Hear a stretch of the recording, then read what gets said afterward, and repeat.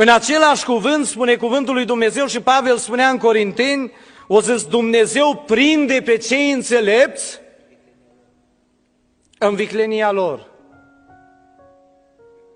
Întreb în seara asta, câtă înțelepciune din asta nu există printre frați? Te întâlnești cu câte un frate, cu 5 minute înainte o sta de vorbă cu un altul și o zis despre tine cât i-o veni la gură. Bine că n-ai fost de față. Bine că n-ai fost de față, că nu se știe ce se întâmpla, sau măcar să-l auzi de undeva. Să-ți înregistreze cineva pe un aparat, să-l auzi pe fratele tău câte scoate din gură și câte are în inimă și câte are împotriva ta, de nici nu-ți vine să crezi. Să desparte de fratele cu care o vorbi și să întâlnește cu tine. Eu mă uit așa, mai fraților, mă mir că nici actorii de teatru nu sunt în stare să se prefacă ca unii dintre pocăiți azi. Nici actorii de la teatru nu se pot preface în halul ăsta cum au ajuns unii dintre frați azi. Să desparte de ăla, după ce nu i-a ieșit, numai foc din gură i-a ieșit, și să întâlnește cu tine, îi se înseninează fața și te ia așa, ce faci, prea iubitule, ce faci, frate? De când nu te-am mai văzut? Cum îți este familia? Cum ți-i soția? Cum ți-i nevasta? Domnul să te binecuvinteze! Întreb în seara asta, frați penticostali, e înțelepciune de sus asta? Totuși între oameni se spune, omul ăsta e înțelept, știe să se învârtă. În afaceri știți care e cel mai înțelept?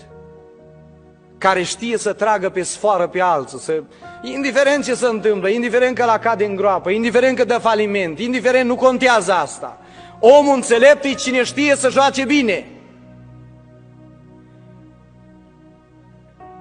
La Dumnezeu nu e așa. Ferice de cei cu inima curată, o zi Scriptura.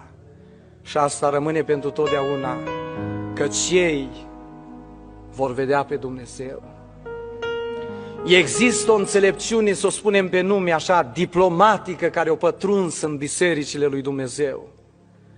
Oameni care avem școala lumii, care știm să învârtim după dege dacă e cazul o adunare întreagă, frați, surori, nu contează, familii întregi, oameni care știm să ne descurcăm în orice situație și ieșim în bine și cădem în picioare ca și pisica în orice situație. La Dumnezeu nu e așa. La Dumnezeu nu e așa.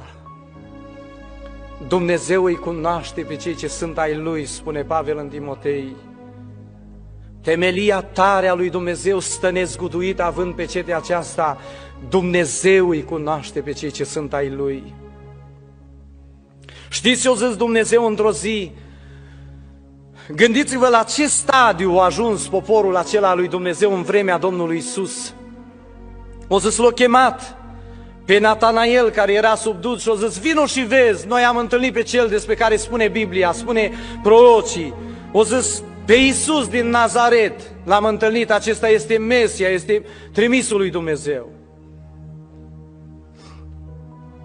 La vremea aceea, evreii erau caracterizați printr-o foarte mare viclenie. Așa erau caracterizați evreii. Dacă găseai un evreu care era sincer, care era cu inima curată, asta era mare lucru. Și Domnul l-a remarcat în vremea aceea în Israel.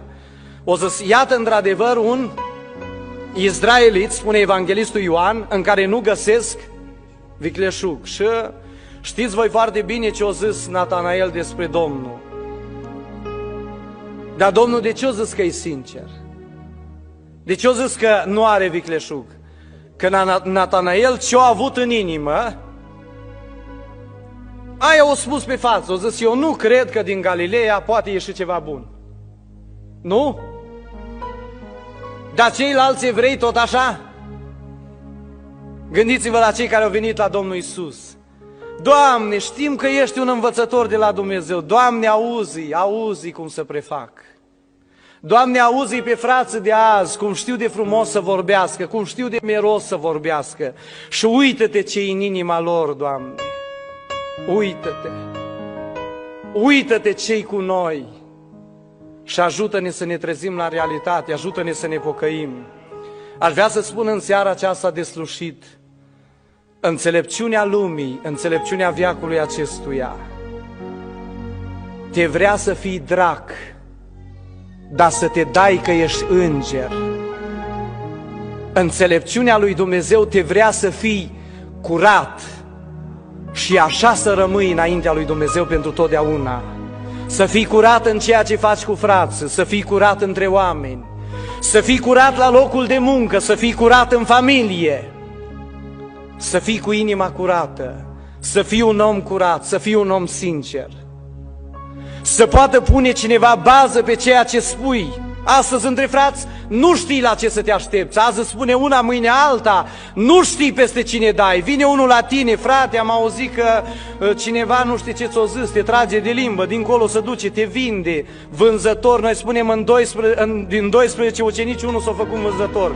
Dar azi sunt vânzători cu grămada, comercianți cu grămada.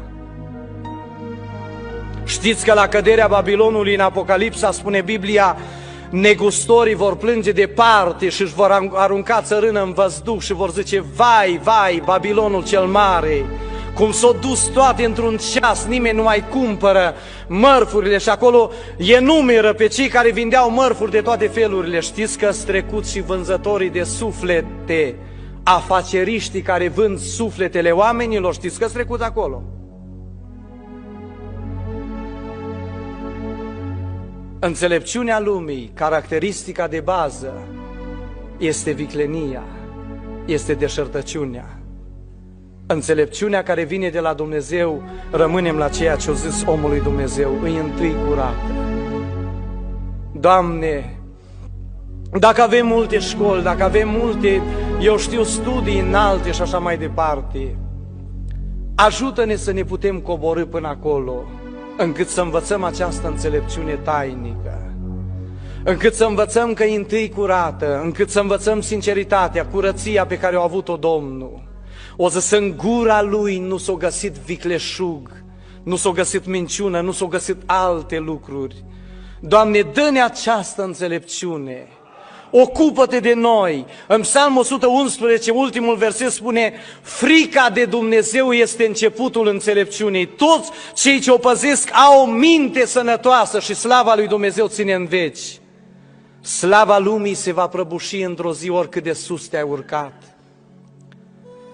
Dar cine se teme de Dumnezeu, slava lui Dumnezeu va ține în veci. Slăvit să fie numele Domnului.